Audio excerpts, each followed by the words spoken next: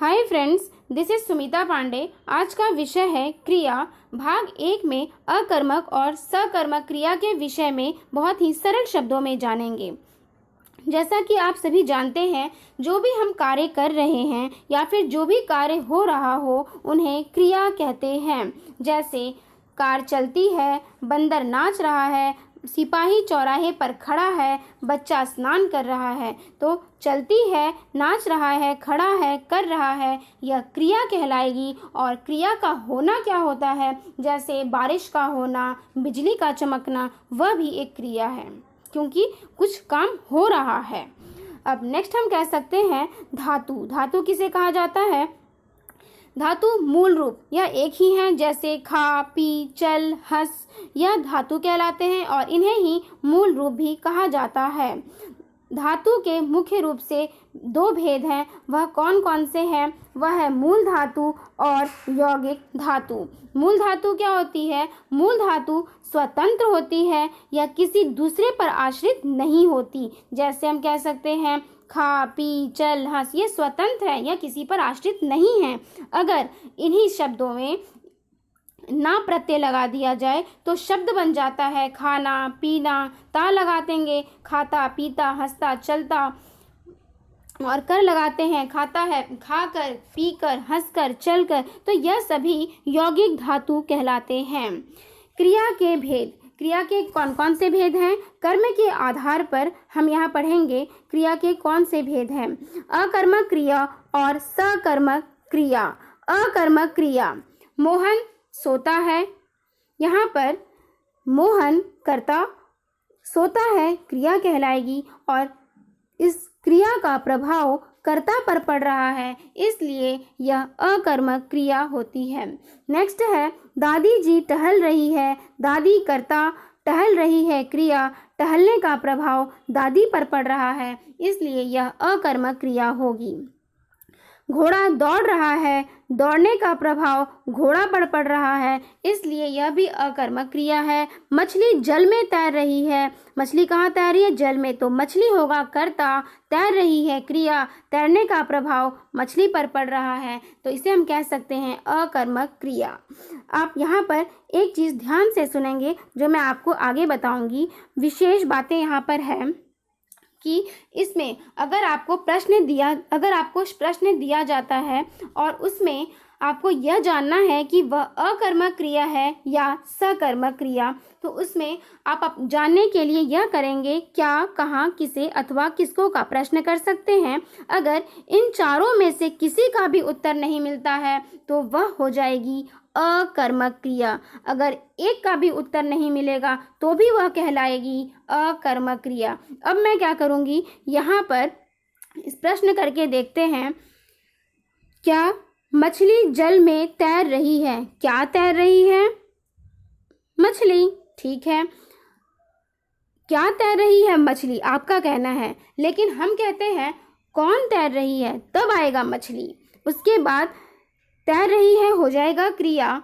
और यहाँ पर जैसे आप कहते हैं जल में और जल को कह देते हैं कर्म, तो ये हो जाएगा रॉन्ग, क्योंकि जल में वो कोई कर्म नहीं है। जैसा कि हम जानते हैं कर्म कारक का चिन्ह होता है को, हमने पढ़ा था कर्म कारक का चिन्ह है को, और यहाँ पर दिया हुआ है जल में, और वैसे भी ये जल में जो है वो कर्म कारक नहीं होगी, कर्म नहीं होगा, और इसलिए इस कारण से यह अकर्मक क्रिया कहलाएगी, क्योंकि अकर्मक क्रिया में कर्म नहीं होता है और इसमें भी कर्म नहीं दिया गया है। और कुछ लोगों का कहना है कि जल में कर्म है, तो वह गलत है।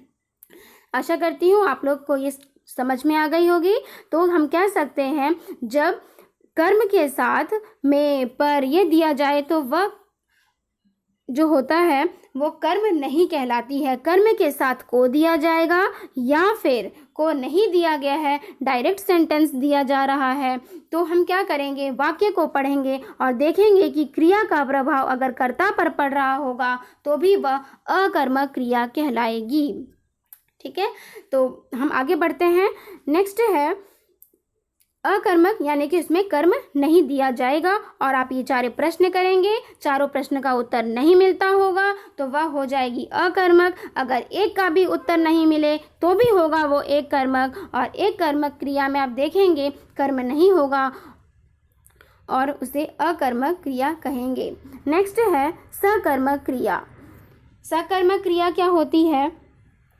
सकर्मक क्रिया साथ में कर्म हो उसे कहेंगे सकर्मक क्रिया। ठीक है, अभी हमने पढ़ा था अकर्मक क्रिया में कि वहाँ पर कर्म नहीं होता है, सीधे कर्ता पर प्रभाव पड़ रहा था तो कहलाया था वो अकर्मक। लेकिन और जो सकर्मक क्रिया है यहाँ पर कर्म दिया जाएगा, कर्म होगा तभी वो सकर्मक क्रिया कहलाएगी। जैसे माँ ने पकौड़ियाँ बनाई, माँ ने क्या बनाई? पकौड़ियाँ। तो पकौड़ियाँ क्या हो जाएगा? कर्म, माँ हो जाएंगी कर्ता, बनाई हो जाएगा क्रिया। जैसे मजदूर पत्थर तोड़ रहा है तो मजदूर हो जाएगा कर्ता, तोड़ रहा है हो जाएगा क्रिया। क्या तोड़ रहा है? तो पत्थर, पत्थर हो जाएगा कर्म। तो यहाँ पर पकौड़ियाँ, पत्थर क्या हो जाएंगे? कर्म हो जाएंगे। तो जहाँ पर कर्म दिया जाए तो वह हो जाएगा सकर्मक क्रिया। तो आप यह ध्यानपूर्वक देखेंगे, जहाँ पर कर्म दिया जाए वही कहलाती है सकर्मक क्रिया। अगर आपको पहचानने में दिक्कत हो रहा है तो आप इन चारों प्रश्न का उत्तर करेंगे। अगर चार प्रश्न में से अगर एक का भी उत्तर निकल जाता है, क्या का अगर आपसे उत्तर निकल जा रहा है तो वह हो जाएगी सकर्मक क्रिया। हम कह सकते हैं जैसे माँ ने पकौड़ियाँ बनाई, क्या बनाई? पकौड़ियाँ। तो ये हमको इसका उत्तर मिल गया, इसलिए यह सकर्मक क्रिया हो गई। मजदूर पत्थर तोड़ रहा है, क्या तोड़ रहा है? पत्थर। तो इससे भी हमको कर्म आंसर मिल गया कि ये कर्म होगा और पकौड़ियाँ कर्म होगी, इसलिए यह सकर्मक क्रिया कहलाएगी। और ऐसे आपको बहुत सारे एग्जाम्पल मिल जाएंगे। जैसे मैंने कहा कि न्यूटन सेब खाता है, क्या खाता है? सेब। और सेब क्या होता जा रहा है? खत्म होता जा रहा है। इस कारण से न्यूटन हो जाएगा कर्ता, खाता है होगा क्रिया, सेब हो जाएगा कर्म। तो हम कह सकते हैं कि जो क्रिया है, क्रिया का सीधा प्रभाव कर्म पर पड़ रहा है जो कि है सेब, और सेब खत्म होता जा रहा है, इसलिए इसे हम सकर्मक क्रिया कहेंगे। और सकर्मक क्रिया में क्या होता है कि वहाँ पर कुछ प्रभाव पड़ रहा होगा कर्म पर। जैसे हम नेक्स्ट कह सकते हैं लालू ने चारा खाया, लालू ने क्या खाया? चारा। तो चारा क्या हो गया? कर्म, क्योंकि चारा खत्म होता जा रहा है। और यहाँ पर भी क्या है? माँ ने पकौड़ियाँ बनाई, पकौड़ियाँ खत्म होती, पकौड़ियाँ बनाई, पकौड़ियाँ पहले लिक्विड फॉर्म में थी, अब वो बन के तैयार हो गई हैं, तो उसे कहेंगे पकौड़ियाँ। माँ के पकौड़ी बनाने का प्रभाव, माँ के खाना बनाने का प्रभाव पकौड़ी पर पड़ रहा है, इसलिए पकौड़ियाँ हो जाएंगी कर्म।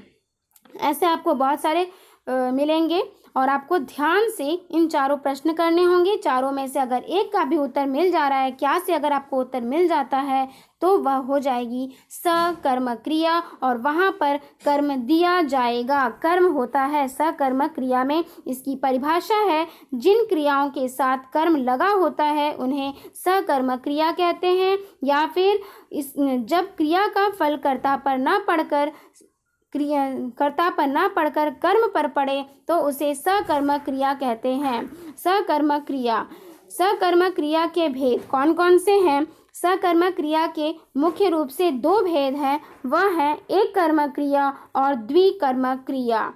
एक कर्मक क्रिया क्या होती है? जिसमें सिर्फ एक ही कर्म हो, उसे एक कर्मक क्रिया कहेंगे। जैसे मोहन ने केला खाया, खाया हो जाएगा क्रिया, केला हो जाएगा कर्म, मोहन ने हो जाएगा कर्ता। तो इस खाने का प्रभाव केला पर पड़ रहा है, केला खत्म होता जा रहा है और यहाँ पर एक ही कर्म है, इसलिए यह एक कर्मक क्रिया होगी। मोहन कहानी पढ़ रहा है का प्रभाव कहानी पर पड़ रहा है, कहानी वो पढ़ता जा रहा है, कहानी खत्म होती जा रही है, तो हम कह सकते हैं कि यह है एक कर्मक क्रिया और यहाँ पर सिर्फ एक ही कर्म दिया गया है।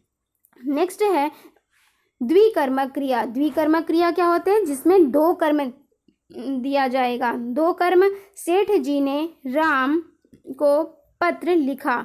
यहाँ पर आपको यह ध्यान देना है कि जो लिविंग थिंग्स होंगे वहाँ पर जो आप जानते होंगे लिविंग थिंग्स जो सांस लेते हैं वो हो जाएगा गौड़ कर्म, जो सांस नहीं लेते हैं यानी कि नॉन लिविंग थिंग वो हो जाएगा मुख्य कर्म। अब हम देखेंगे इसकी एग्जाम्पल, जैसे सेठ जी ने राम को पत्र लिखा। क्या लिखा? पत्र। तो पत्र हो जाएगा मुख्य कर्म, राम हो जाएगा गौड़ कर्म। इस कारण से यहाँ पर 2 कर्म का प्रयोग किया गया है और ये हो जाएगी द्विकर्मक क्रिया। राजा याचकों को वस्त्र देता है, तो राजा हो जाएगा कर्ता, याचकों गौड़ कर्म, और वस्त्र हो जाएगा मुख्य कर्म। क्या देता है? वस्त्र देता है। और वस्त्र क्या चीज़ है? नॉन लिविंग थिंग्स है जो सांस नहीं लेते हैं, तो यह हो जाएगी मुख्य कर्म। याचकों हो जाएगा गौड़ कर्म। इसे हम कह सकते हैं इसे कह सकते हैं द्विकर्मक क्रिया। तो जहाँ पर 2 कर्म दिया जाएगा उन्हें द्विकर्मक क्रिया कहेंगे, और जहाँ पर एक ही कर्म दिया जाए उन्हें एक कर्मक क्रिया कहते हैं, जो हम पहले पढ़ चुके हैं। तो आशा करती हूँ आप लोग यह समझ गए होंगे। So please like, share, subscribe and don't forget to press bell icon. Thank you and have a nice day.